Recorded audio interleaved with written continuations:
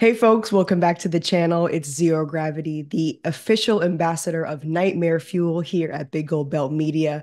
Tribeca Fest is in full swing, and we are starting off strong with the director and stars behind the Nigerian horror thriller, The Weeknd. So, The Weeknd is a story about finding family, trusting your instincts, and knowing when to mind your damn business. It's a part of Tribeca's Midnight program and will make its world premiere on June 9th. Please welcome Daniel Oriahi, Bucci Franklin, and Uzoamaka Aniunoh. Guys, thank you so much for taking the time to speak with me today. I really appreciate it. You're welcome. Thank you so much for having us. We're really excited to Thank be you. here. Thank you for having us. Of Here. course. All right, so for my first question, I just have to know how this all started. How did you guys come across this project, and what were your initial thoughts after reading the script? Um, I'll start first. Hi, my name is Daniel. I'm the director again. Um, I was teaching at the time, so I taught film. I taught directing at a creative academy in Lagos when I got a call from the producer, Uche Okocha, whom I had worked with previously 6 years before on a film called Sylvia, which is equally a psychological horror. And he says he has this script. He wants me to direct it, and am I ready to do that? So I said, okay, send me the script. I read the script at the time. The script had gone through development with another director. There was another director attached, so the script had really gone very ambitious and everything.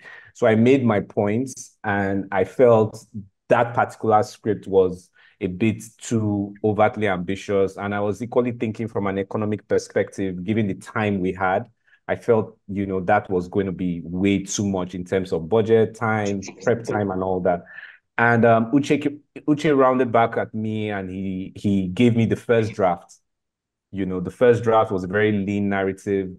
Girl, guy, girl wants to see family, guy has secrets, and I just like that narrative based on the fact that I've kind of seen that, but I like the twist. It felt very, very indigenous to my space in terms of the writing, in terms of the demands and the desires of the family and of Nikiya's character, because we come from an environment where things like marriage, having kids, or finding out you are pregnant before you are married can really be a big issue, and people want to try and resolve those things as soon as possible. Same as, estranged son from parents, that dynamics were things that I could really relate with. And yeah, so that's how I came on board the project with the first draft, which we, did some reworkings afterwards. Then yeah, we went into casting. From casting,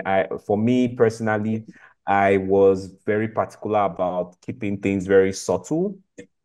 I was equally very particular at making it have a slow burn effect, because another thing about stories in this part is they're kind of soapy, kind of melodramatic. They have a very TV-esque kind of approach, which is not a deterrent per se, because first of all, the audience just the audience and the articulation of film language here is a bit different, because we come from a TV backdrop, more than cinema. So I wanted to see how I could blend those two together, whereby you have something that is TV oriented in terms of dialogue, in terms of understanding the narrative, but at the same time it carries it a notch and goes into real genre bending kind of narrative. So it was, for me, that was the challenge I was exploring, and that's what I came up with. Awesome. What about the two of you? Can you describe your experience when you were handed this project for the first time? Um, for me, I remember reading the story. Well, prior to reading the story, I was invited for an audition, and uh, the director was present. Uh, I think the producers as well auditioned, and I was informed that I got the role. I was really happy. One, to be working with the director, because I had watched his previous film, Sylvia, and I thought I absolutely would love to be directing the production house Trino Studios, who did Sylvia as well. I wanted to be a part of them. I just wanted to work with them. And so when I auditioned and got the role, I was beyond happy. I read the script and I thought it was very different from anything that I had done at the time. Still is, to be honest. But I really loved that the story was attempting to explore parts of being a human being that just, for instance, it explores the consequences of concealing the truth. It explores the complexities of family dynamics. It explores sort of the desire for like a sense of belonging. It explores family hidden secrets. And these are things that we deal with as human beings. And even though it's horror, it's not this obvious sort of horror, not there in your face. And so it explores it subtly. And I just admired that about it and wanted to be a part of it. And yeah. Well, first off, this I was contacted to do my monologue for one of the drafts that they had at the time at Trino Studios, and at the time, the story they had was in French, so I had to do my monologue in French and English. So it was very interesting, and thankfully, I'd say I had the opportunity of working with Daniel, as the director for the project. It was my fifth. This is my fifth rather production with the studios behind the weekend, Trino Studios, and it's been amazing so far. Working with Uzoamaka, Kepi Young, Gloria Young, that played my parents. They just made it really easy on set, really comfortable to become, creating movies has always been my first love. I say I understand this business more than I understand the body of a woman, you know, and being blessed to be a part of creating this masterpiece, The Weekend. It was surreal and still is, being picked by Tribeca says a massive lot. The story talks about, sheds light on the secrets that happen in family that we experience, as human beings. I was saying earlier on that it was quite easy for me to play Luke because of the complex relationship between him and his father. Personally, not being having the opportunity to have a father figure and become a man by myself in this part of the world. It was ABC for me to pick, create to create this illusion that Luke held onto so strongly, and yeah, so I enjoyed every bit of it, creating the character Luke on the set of The Weekend. That's wonderful. That's absolutely wonderful. Okay, Thank you so very much. for Daniel, I have another question. We clearly have a very cohesive story about messed up family gatherings. Those are some of my favorite stories, especially in horror, like Get Out and like The Invitations. So what were your inspirations taken for films like these, or did you find inspiration elsewhere, or maybe a little bit of both?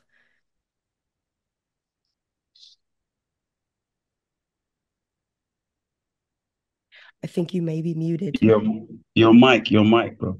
I'm so sorry. Can you hear me now? Yes. Okay, so yes, so to your question, influences. So I'm a big fan of horror.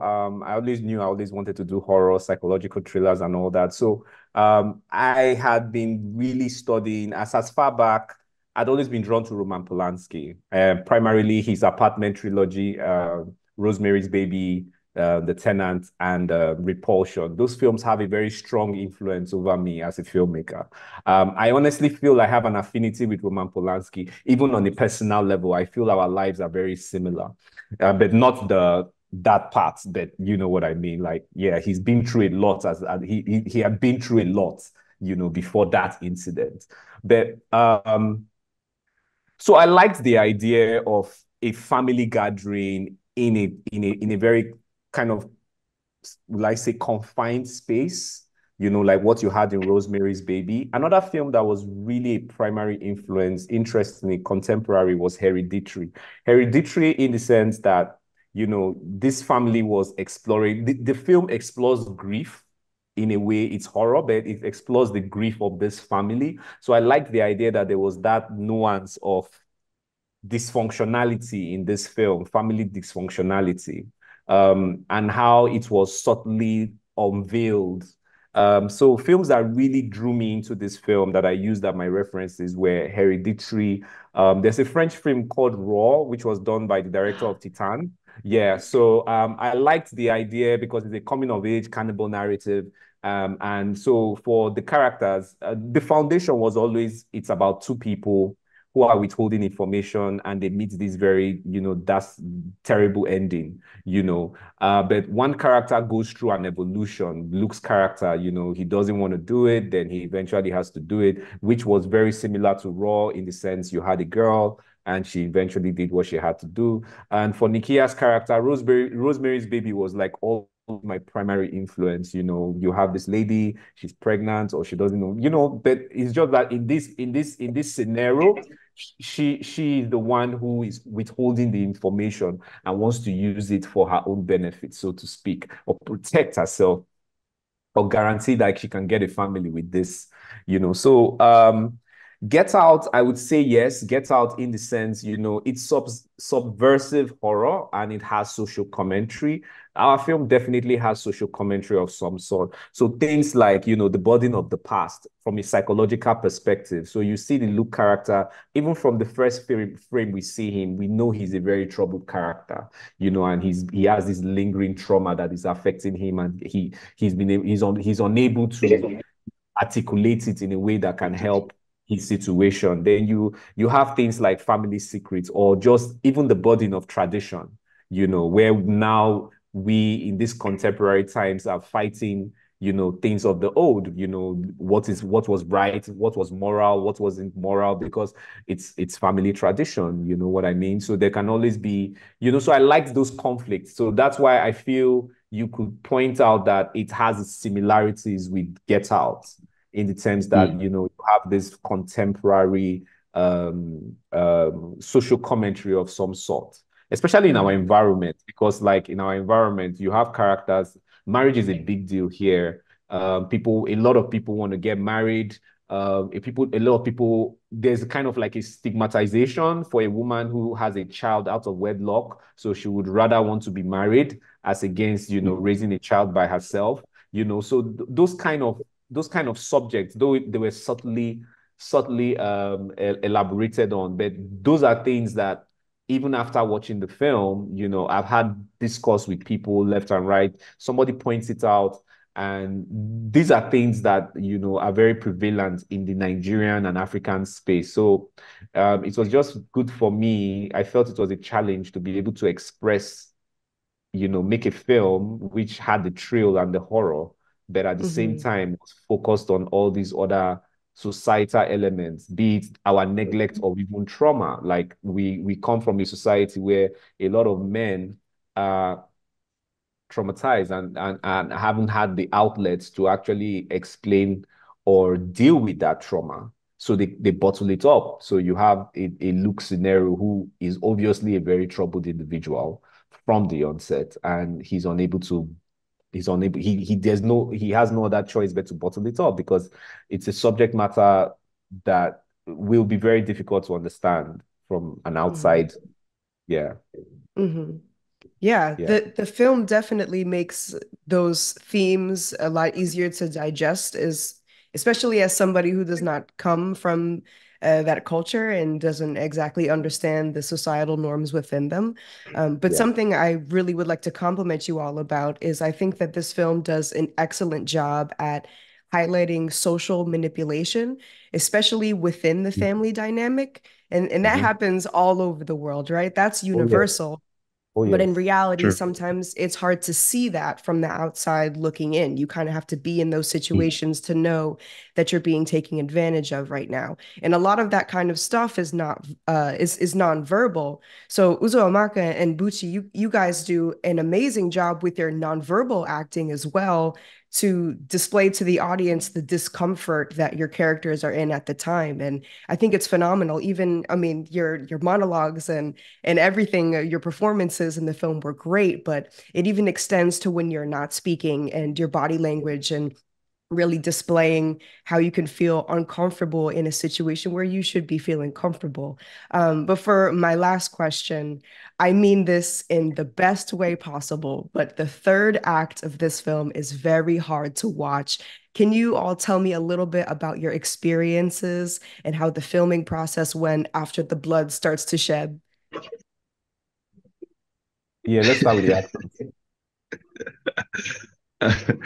I mean, I hope you guys don't see me as weird when I say this. I was pretty excited to be on this project, and I mean, what we do is make believe. None of it is real, but um, at the time I was Luke, and I wouldn't say as Bucci that, okay, I enjoy seeing blood, but because of Luke's background and where he's from, it felt like home to him.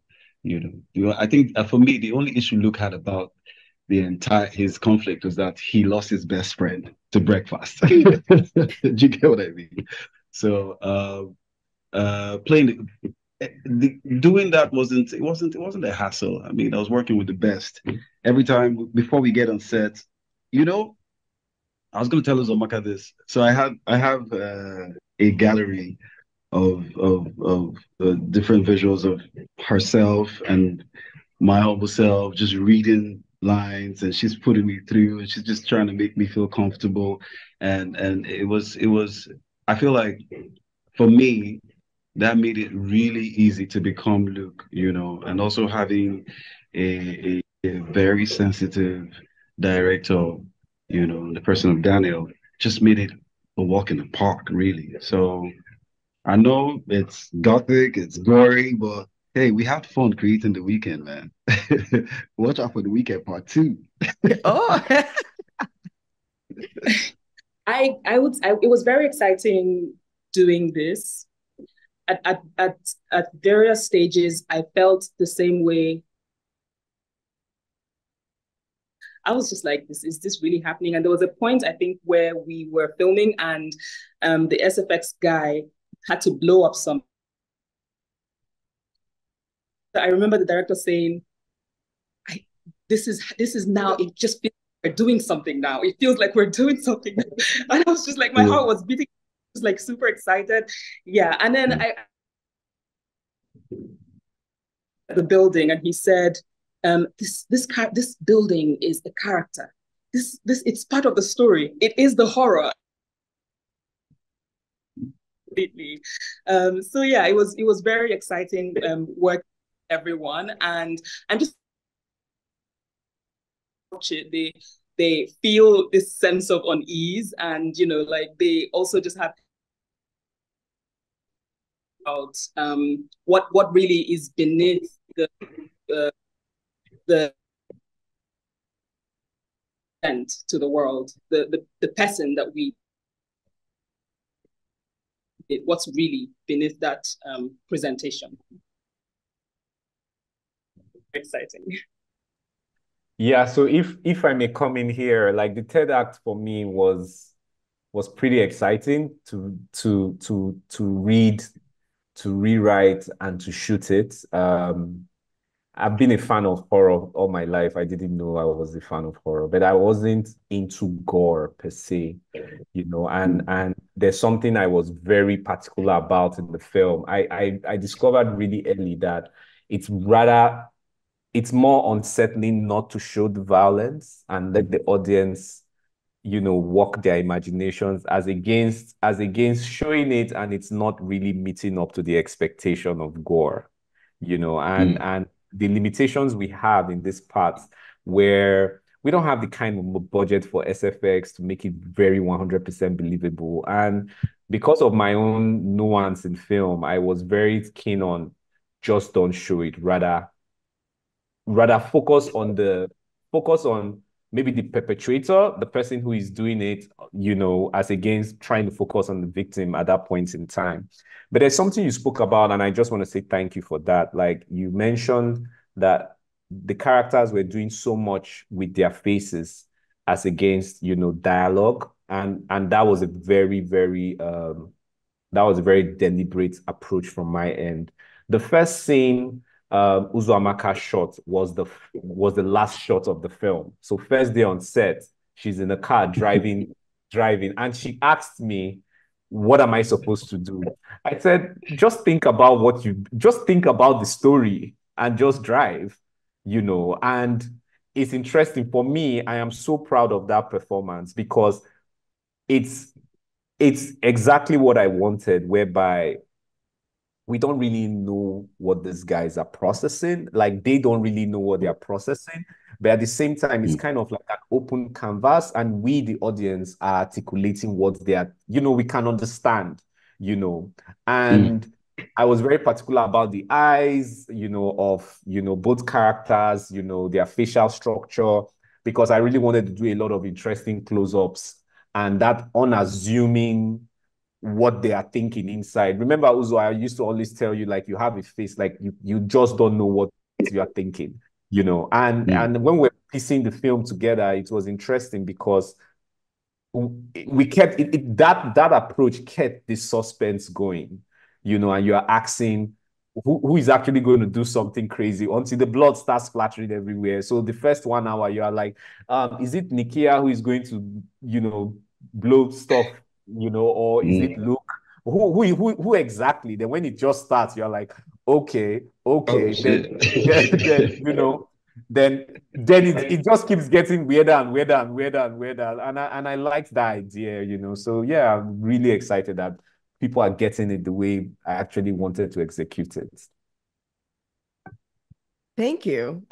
Thank you for providing this film to Tribeca. This is the first film that I watched of the festival, and I'm already up here. So I'm off to a very, very good start for Tribeca this year. So that's all of the time that I had today, but congratulations on the premiere of your film. Once everyone gets this in their eyes, they're going to feel very similar as me, I'm very sure. So folks, be sure to keep an eye out for The Weekend. And as always, my name is Zero Gravity. Thank you so much for watching.